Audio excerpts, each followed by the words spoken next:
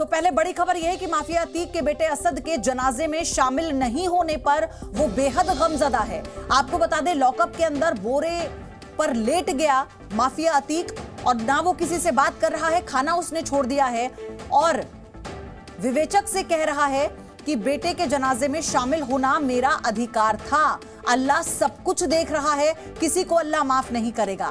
मेरे पूरे परिवार को तुम सब खत्म करना चाहते हो। माफिया अतीक ने कहा कि लॉकअप में विक्षिप्त जैसी हरकत कर रहा है, वो यानी पागलों जैसी हरकत कर रहा है। खाना छोड़ दिया और वहां पर जो तैनाती है पुलिस कर्मियों की, उनके साथ भी वो कह रहा है कि अल्लाह देख रहा है, मेरा अधिकार था मेरे बेटे के जनाजे में शामिल होने का, वो अधिकार मुझे नहीं दिया गया। विवेचक से कहा कि अल्लाह माफ नहीं करेगा। आपको ये भी बता दें कि अब से थोड़ी देर पहले उसने ये मांग की थी कि वीडियो कॉल कर कर ही उसके बेटे का चेहरा आखिरी बार उसे दिखा दिया जाए, लेकिन तब तक उसे सुपुर्दे खाक कर दिया गया था। और इससे पहले वो सुबह से ही गुहार लगा रहा था, गिड़गिड़ा रहा था, बिलख रहा था पुलिस के आगे कि उसे किसी भी कीमत पर अपने बेटे मकान नहीं ले जाया गया, सीधे यहाँ ले जाया गया। पुश्तैनी जो मकान जहाँ पर वहाँ पर आप लोग पहले आए थे चकिया के पास, जो मकान गिरा हुआ है पुश्तैनी मकान वही है।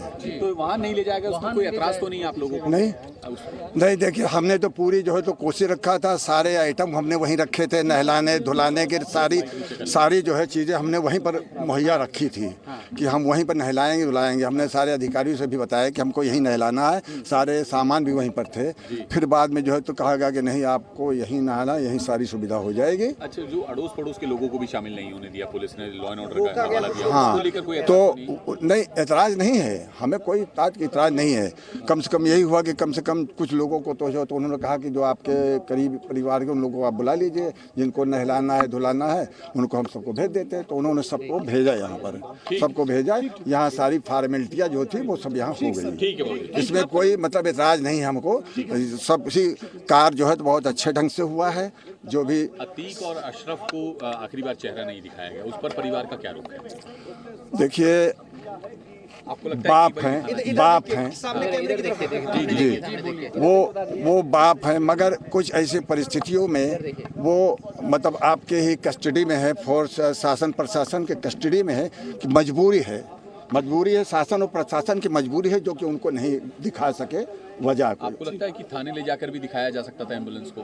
हाँ, अगर चाहते, अगर शासन प्रशासन अगर चाहता तो उनको ला करके कहीं भी दिखाया जा सकता था। ठीक। क्या नाम है आपका? मेरा नाम हामिद अली है। जी, नहीं फूफा नहीं है, मैं नाना लगता हूँ।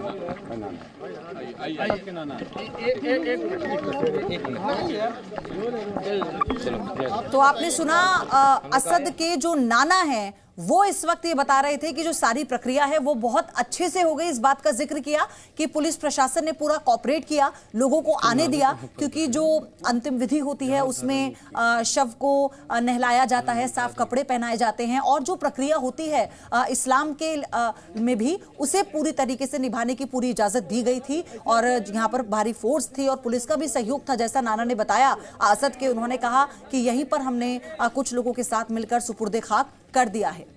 और दो सहयोगी अब मेरे साथ जुड़ चुके हैं। राजू राज लगातार कब्रिस्तान से सारी डिटेल हमें बता रहे थे। गुफरान हमारे साथ है धूमनगंज थाने से, जहां पर अतीक है, वहां हम चलेंगे। लेकिन फिलहाल मैं आपसे जानना चाहती हूं राजू राज, वहां से सब लोग जा चुके हैं, पूरी प्रक्रिया संपन्न हो चुकी है? देखिए प्रयोधी, पूरी प्रक्रिया जो रिचुअल प्रक्रिया होती है इस्लाम में उसे पूरा कर लिया गया और लगभग 40 से 50 लोग यहाँ से निकल चुके हैं। एक बार फिर मैं अंदर की तस्वीरें कहूँगा अपने कैमरामैन शेर सिंह को वो दिखाएं कि देखिए कब्रिस्तान के अंदर की तस्वीरें, जहाँ भी अभी भी फोर्सेस तैनात है, आरएएफ की टीम है, लोकल पुलिस है और स्पेशल टास्क की फोर्स है। इसके अलावा बता दूं कि तमाम सीनियर अधिकारी भी मौके पर हैं। कुछ लोग निकले, लेकिन अभी भी परिवार के जो बेहद करीबी लोग हैं अभी बाहर नहीं आए हैं। जो लोग निकल रहे थे ठीक है, राजू के पास फिर से हम पहुंचेंगे। गुफरान, आप हमें बताइए वहां से क्या जानकारी है, क्योंकि अब तो ये कहा गया कि वो कह रहा है, अतीक ने कहा कि अल्लाह सब देख रहा है, वो सबका हिसाब करेगा। पागलों जैसा बर्ताव करने लगा अतीक।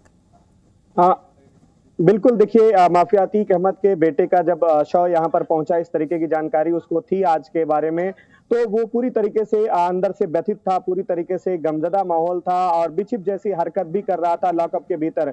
बार बार जो पुलिसकर्मी है उनसे ये कह रहा था कि उसके बेटे के जनाजे में उसको शामिल नहीं करा करके उसके अधिकार को छीना गया है।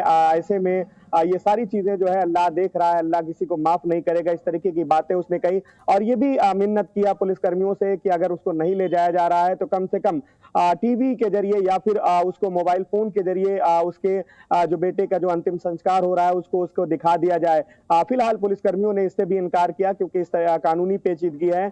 पूरी तरीके से जो माफिया अतीक अहमद है वो व्यथित है। वो जो थाने का जो लॉकअप है उसके अंदर जो है वहां पर बोरे पर लेट गया है, पूरी तरीके से टूट चुका है। जिस तरीके से उसको इस बात की खबर मिली है कि आज उसके बेटे का अंतिम संस्कार हो रहा है, प्रयागराज लाया गया है।